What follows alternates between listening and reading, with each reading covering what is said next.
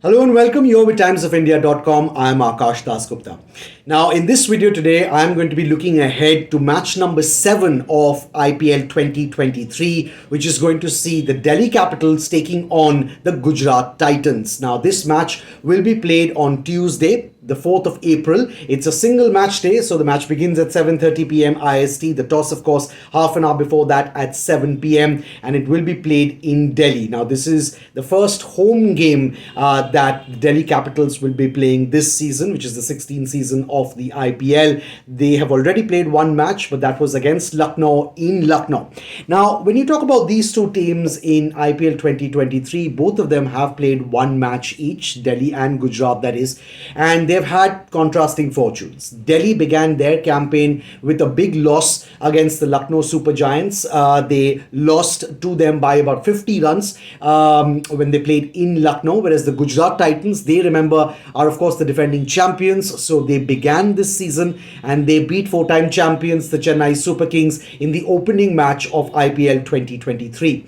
Now, before we get into the nitty-gritties of what the two teams are looking like, how they did in the first match, and what you can expect in this match where the two of them go head-to-head, let's take a quick look now at what the weather prediction is like for Delhi. Now, for all of you who live in Delhi or have family living in Delhi, you will know that the city has been experiencing quite a bit of unseasonal rain of late.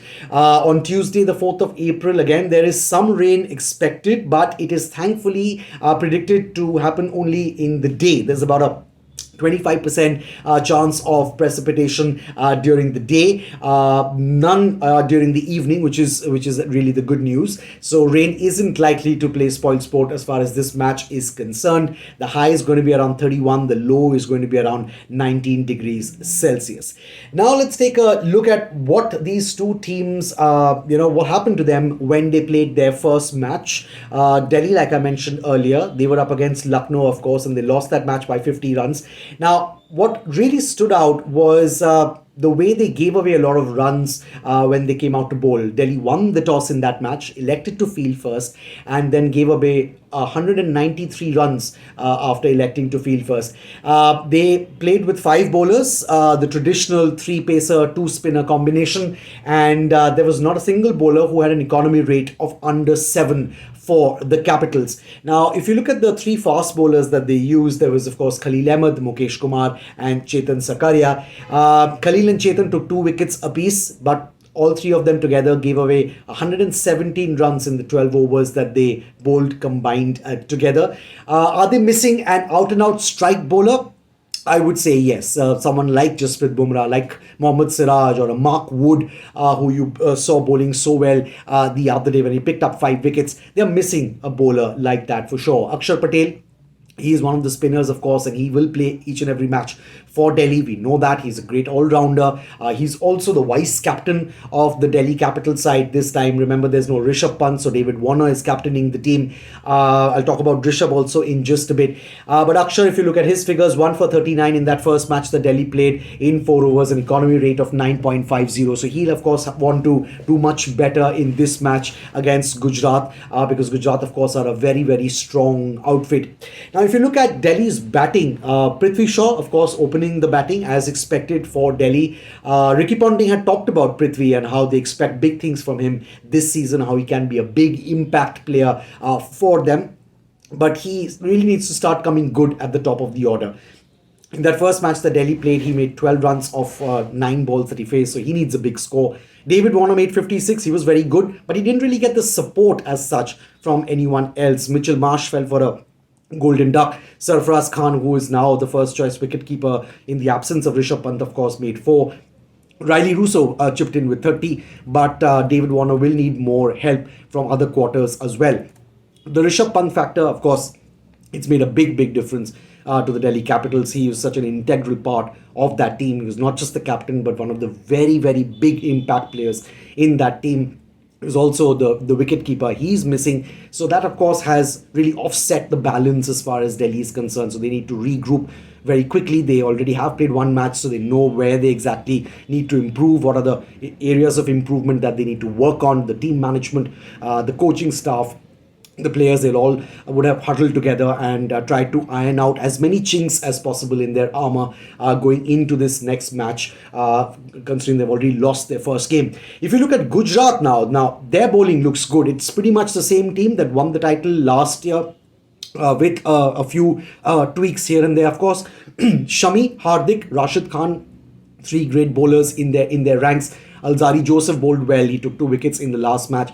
Josh Little, the man who made history, remember becoming the first Irish player to play in the Indian Premier League. He also said that his first memory of the IPL was watching AB de Villiers bat in the IPL on TV. He was a little expensive, so he needs to, sort of pull up his socks a little bit. Hardik's captaincy, always a plus point. We saw what he did with this team in their very first season in IPL 2022. A shrewd skipper, someone who is result-oriented, someone who is always there to back his players, who doesn't believe in any kind of hierarchy in the team. He believes everyone is the same and everyone should be, at the same level. He's, good friends with everyone on the team, not just, treat them as teammates, but treat them as friends as well. He does that well. If you look at their batting, however, I personally feel that their top order could be a little vulnerable. It's good to see a Riddhiman Saha opening the batting. We know how explosive he can be. He's played explosive innings in the past, and it's good to see him opening the batting because then he gets the full 20 overs to do his thing. The top three, Saha, Shubman and Sai Sudarshan from the last match, and that was predominantly because Kane Williamson, of course, picked up that injury and he's been ruled out for the rest of the IPL. So Sai Sudarshan came in as the impact player for Gujarat in this match. So the top four is Saha, Shubman, Sai Sudarshan and Hardik. And then the middle order, there's Vijay Shankar, Rahul Tewatia, Rashid Khan, and then the bowlers. So if Delhi can make early inroads, I think that they can really dominate this match, provided their bowling clicks. But they can do that because the top order for Gujarat, little vulnerable according to me. Shubman, of course, has been in fantastic touch. We've seen what he's done with the Indian cricket team. In limited overs cricket of late.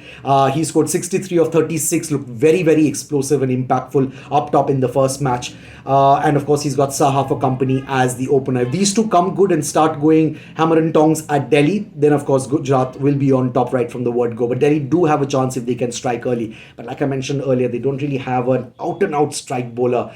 Maybe they can look to make some change for this match. It'll be very interesting also to see how these two teams approach the impact player rule. So far, according to me, no impact player has really made a very big impact on any match. Of course, you could have different opinions. Please let us know in the comment section. It's mostly a tournament so far that's been dominated as far by the openers, as far as the batting is concerned. Most of the openers doing rather well for the teams, especially the teams that have won. But this particular match, when you look at Delhi playing Gujarat, even though Delhi is playing at home, as far as our verdict is concerned, I would like to go with Gujarat Titans for this match as well, just because they seem to be a much more settled side, a much more confident team. They are the defending champions. They've got that spring in their step. They've come in here to try and defend their title, and so it'll be a good match. I hope it'll be a good match. But if you ask me, I think it's going to be Gujarat's game.